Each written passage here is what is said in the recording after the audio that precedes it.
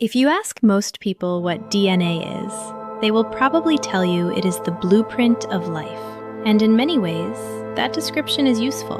DNA contains instructions, patterns, information passed from one generation to the next, a biological inheritance stretching back through time. Every human being carries a remarkable genetic story, a story written long before their birth, a story containing information about how the body may develop, how certain proteins may be built, how countless biological processes may unfold. Yet there is a subtle problem with the blueprint metaphor. Because blueprints do not build houses. Builders build houses. Materials build houses. Weather influences houses. Weather influences houses. Conditions influence houses. The blueprint matters. But the blueprint is only part of the story. Biology appears to work in much the same way. Genes matter. DNA matters. Inheritance matters. But genes do not operate in isolation.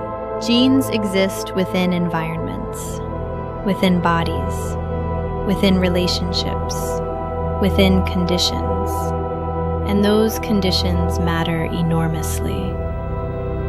Imagine two seeds from the same tree. One falls into rich soil, one falls onto bare rock. The genetic potential may be similar, yet the environments are dramatically different. The outcome changes.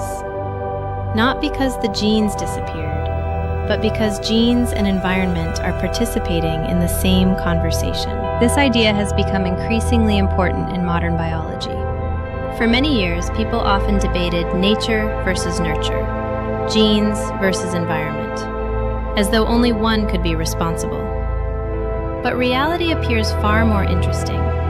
Nature and nurture are not opponents, they are partners. Genes provide possibilities. Environment influences which possibilities become more likely. The conversation continues throughout life. This does not mean we can become anything we want.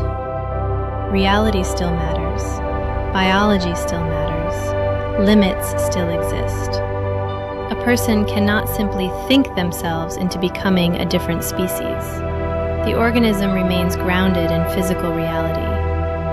Yet within those realities exists an extraordinary capacity for adaptation, a capacity we continue discovering. One of the most fascinating areas of research in recent decades has explored how genes are regulated. Not the genes themselves, but the conditions influencing how those genes are expressed. Which instructions are emphasized, which are reduced, which are activated, which remain quiet. The science continues evolving. The details remain complex, but the broader lesson is profound. Possession is not expression. Having a genetic possibility does not guarantee a particular outcome. Conditions matter. Context matters. Environment matters. Again and again, we encounter the same theme. Life operates through relationships. Nothing exists completely alone.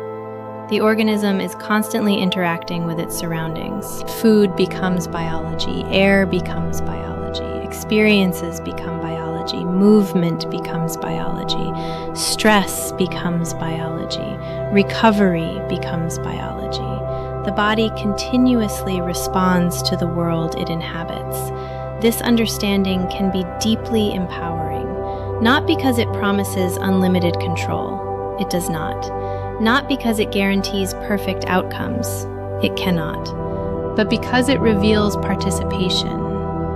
The organism is not simply following a script, the organism is responding, adapting, adjusting, learning, living.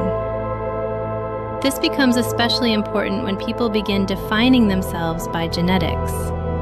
I am this because it runs in my family. I am that because it is in my DNA. Sometimes those statements contain truth. Genetics influence many things. But genetics are rarely the entire story. The body is more dynamic than that, more responsive than that, more alive than that. Think about everything we have explored throughout this volume. Breathing, sleep, movement, nutrition, relationships, stress, recovery, development, environment. The organism responds to all of it, continuously, The body is not waiting for permission from a blueprint. The body is participating in life. And perhaps that is one of the most beautiful discoveries modern biology offers. We are not simply the product of our inheritance, nor are we free from it. We exist within a relationship, a conversation between what was given and what is encountered, a dialogue between potential and experience, between blueprint and builder, between possibility and participation. This does not remove responsibility, nor does it create certainty. It simply reflects reality more accurately.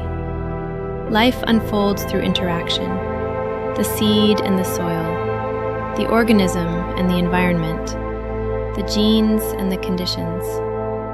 Together, always together. Perhaps this is why the human story remains so difficult to predict. Because no blueprint can fully account for a life. No genetic sequence can completely describe a person.